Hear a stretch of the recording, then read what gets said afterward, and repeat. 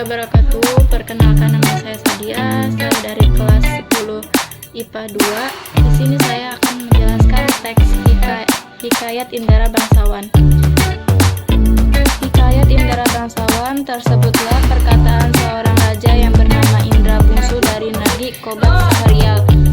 Setelah berapa lama di atas kerajaan, tiada juga beroleh putra, maka pada suatu hari ia pun menyuruh orang membaca doa kunut dan sedekah kepada fakir dan miskin. Hatta beberapa lamanya Tuan Putri Siti Kendi pun hamilah dan bersalin 2 orang putra laki-laki. Adapun yang tua keluarnya dengan panah dan yang muda dengan pedang, maka Baginda pun terlalu amat sukacita dan menamai anaknya yang tua Seferi dan anaknya yang muda Indra Bangsawan. Maka anak-anda Baginda yang 2 orang itu pun sampailah usia 7 tahun dan dititahkan pergi mengaji kepada Mualim Sufyan. Sesudah tahu mengaji, mereka dititah pula mengaji kitab usul fikih hingga syarat tafsir sekalinya diketahuinya. Setelah beberapa lamanya mereka belajar pula ilmu senjata, ilmu hikmah dan ilmu isyarat tipu peperangan. Maka ilmu hikmah dan ilmu isyarat tipu peperangan. Maka Baginda tidak tahu siapa yang patut dirayakan dalam negeri karena anaknya kedua orang tua sama-sama gagah. Jika kalau Baginda pun mencari muslihat, ia menceritakan kepada kedua anaknya bahwa ia bermimpi bertemu dengan seorang pemuda yang berkata kepadanya, barang siapa yang dapat mencari bulu perindu yang dipegangnya, ialah yang patut menjadi raja di dalam negeri. Setelah mendengar kata-kata Baginda, Syaifari dan Indra Bangsawan pun bermohon pergi mencari bulu perindu itu.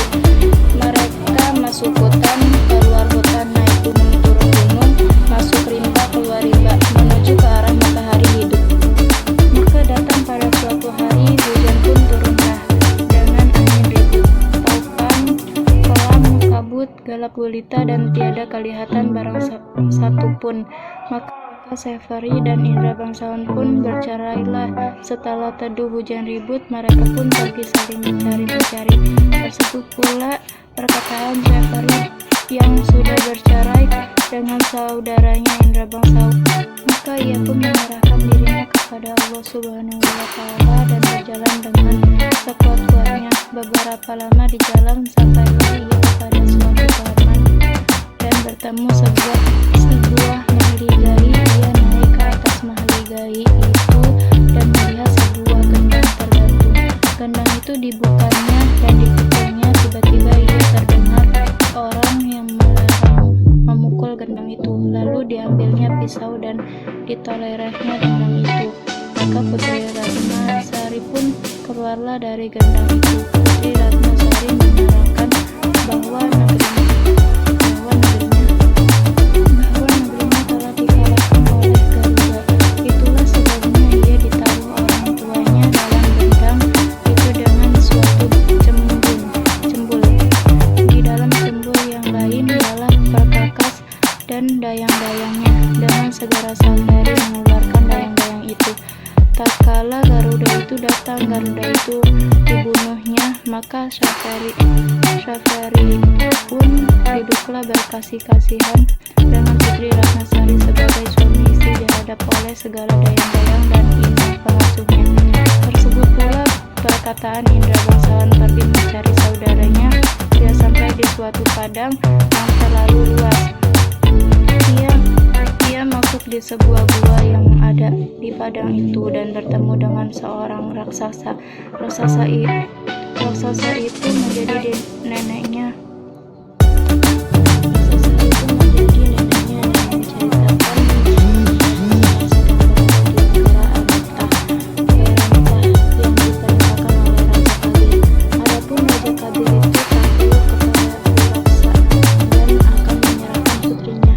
Putri Kemalasari sebagai bupati. Kalau tiada demikian,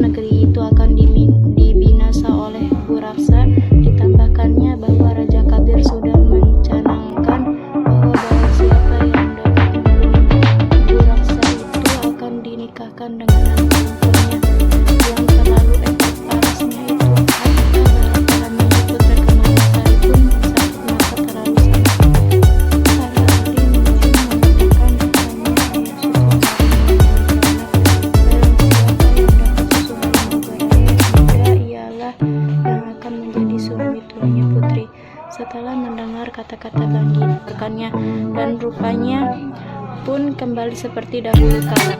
Maka datanglah ke-9 orang anak raja meminta susu kambing yang disangkanya susu harimau beranak muda itu. Indra Bangsawan berkata suatu itu tidak akan dijual dan hanya akan diberikan kepada orang yang menyediakan pahannya diselit besi hangat. Maka anak raja yang 9 orang itu pun mengisingkan kainnya untuk diselit Indra Bangsawan dengan besi panas. Dengan hati yang gembira mereka mempersembahkan susu kepada raja, tetapi tabib berkata bahwa susu itu bukan susu harimau melainkan susu kambing. Sementara itu Indra Bangsawan sudah mendapatkan susu harimau dari raksasa neneknya dan menunjukkan kepada rajanya. Tabib berkata itulah susu harimau yang sebenarnya. Diparasnya susu harimau ke mata Tuan Putri setelah genap 3 kali perasannya oleh tabib, maka Tuan Putri pun sembuhlah. Adapun setelah Tuan Putri sembuh, Baginda tetap bersedih.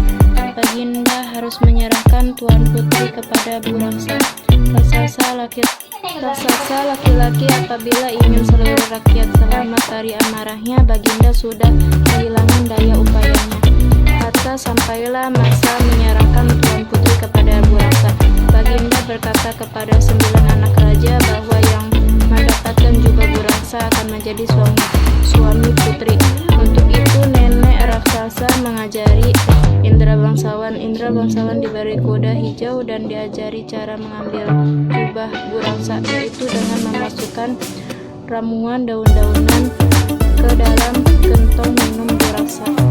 Saat Bu Raksa datang hendaklah mengambil Putri.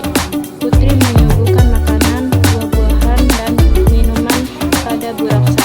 Tergoda sajian yang lezat itu tanpa pikir panjang, Bu Raksa menghabiskan semuanya lalu menungguk habis air minum dalam gentong.